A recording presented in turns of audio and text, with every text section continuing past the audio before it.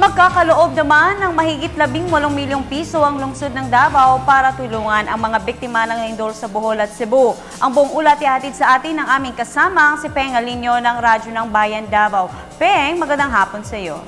Magandang hapon, Princess. Sa isang special session na ginanap kanina Biyernes ng umaga sa Sangguniang Panglungsod, inaprobahan ng lahat ng miyembro ng konseho ang 18.5 milyong piso sa na malakas na lindol sa Bohol at sa Cebu.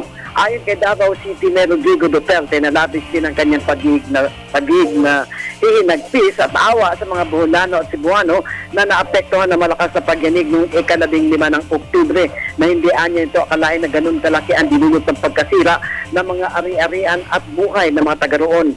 Napagkasunduan sa konseho na ang 50% ng calamity fund ng lokal na pamahalaan ng Davao ay maibahagi sa mga biktima ng lindol sa Cebu, kung saan tigli 500,000 piso kada munisipalidad ang mababahaginan nito na 10 munisipalidad sa Cebu at 26 naman sa Bohol. Mismo si Davao Mayor Duterte at ang kanyang aide at opisyal ng Commission on Audit ng Davao City ang bibiyahe patungong Cebu City para ihatid ang pondo doon para sa 10 munisipalidad ng Cebu at tutulak na ito sa Bohol para doon naman ihatid ang mahigit 26 milyong piso.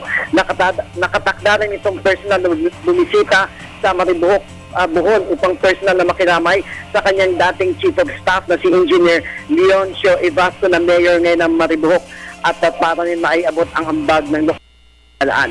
Samantalang sisimulan naman ng mga samahan ng mga Boholano sa Davao at upang mga hanap naman ito ng tulong para sa mga Boholano at mga Davaoenyo para sa biktima ng lindol sa Kabisayaan. Para sa Telebisyon ng Bayan, Peng Alinio, Radyo ng Bayan, Davao.